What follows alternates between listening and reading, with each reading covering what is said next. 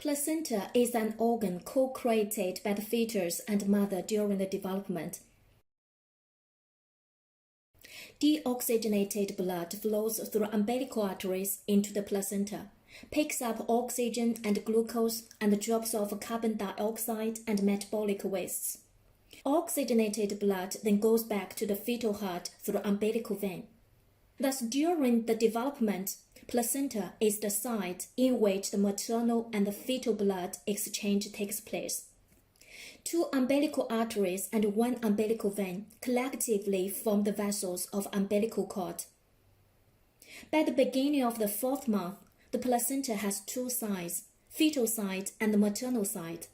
The fetal side is smooth, is covered by transparent amnion. The umbilical cord is attached in the placenta, and chorionic vessels can be seen. The maternal side is rough, approximately 15 to 30 cotyledons can be recognized. Maternal portion is formed by decidual bacillus, and the fetal portion is formed by chorion frontosome. It's smooth.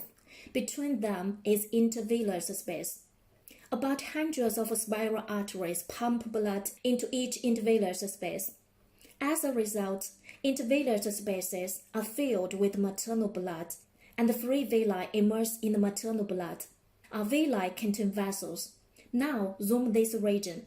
Oxygen, glucose, immunoglobulin, hormones, even certain toxins of the maternal blood move across the syncytiotropoblast, cytotrophoblast and its basement membrane, connective tissue in the villi, and endothelium and its basement membrane of the capillaries in the villi.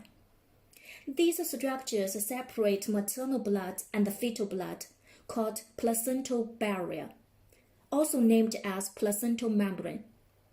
Although the placental barrier is frequently considered to act as a protective mechanism against the damaging factors, placental barrier is not a complete barrier because many substances can pass through it freely. For example, many viruses such as rubella cytomegalovirus can traverse the placenta without difficulty.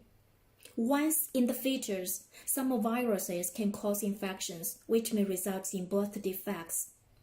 Most drugs and drug metabolites can traverse the placenta without difficulty, which may cause severe damage to the developing embryo. At the placenta, oxygenated blood from the spiral arteries enters intervillous space.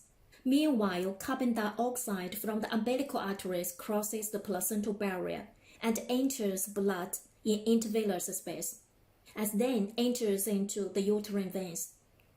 This is the maternal circulation at the placenta. Exchange of gas and nutrients occurs between villus capillaries and maternal blood in the intervillous space. Oxygenated blood enters into the fetal circulation by umbilical vein. Deoxygenated blood enters the placenta by umbilical arteries. Well, this is the fetal circulation at the placenta. Normally, there is no mixing of maternal blood and the fetal blood. Thus, one important function of the placenta is the exchange of gas and nutrients between maternal blood and the fetal blood. Immunoglobulins also can pass across the placental barrier. Maternal antibodies make the fetus gain passive immunity against infectious diseases. Another important function is hormone secretion, including HCG, progesterone, estrogen, and human placental lactidine. You know, HCG maintains the corpus luteum and can be detectable in the blood and urine as early as the 2nd week, and is useful for early diagnosis of pregnancy. Progesterone and estrogen can maintain pregnancy when corpus luteum degenerates. Human placental lactidine can stimulate the growth of breasts for milk production. Of course, the placenta has an important protective function. The placenta barrier can protect the fetus from most of toxic factors and maintain homeostasis. The full-term placenta covers 15 to 30% of the uterine wall. During the delivery, placenta is dispelled after birth. If the placenta remains in the uterus for more than half an hour, this is a retained placenta, which is the major reason of a postpartum hemorrhage in the mother. Well, this is the placenta. Now share one case.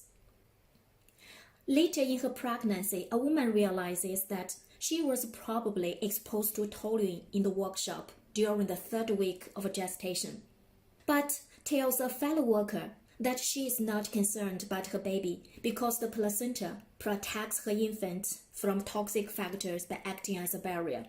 Please remember, placenta barrier is not a complete barrier, and many substances can pass through the placental barrier, especially lipophilic substances such as toluene and alcohol.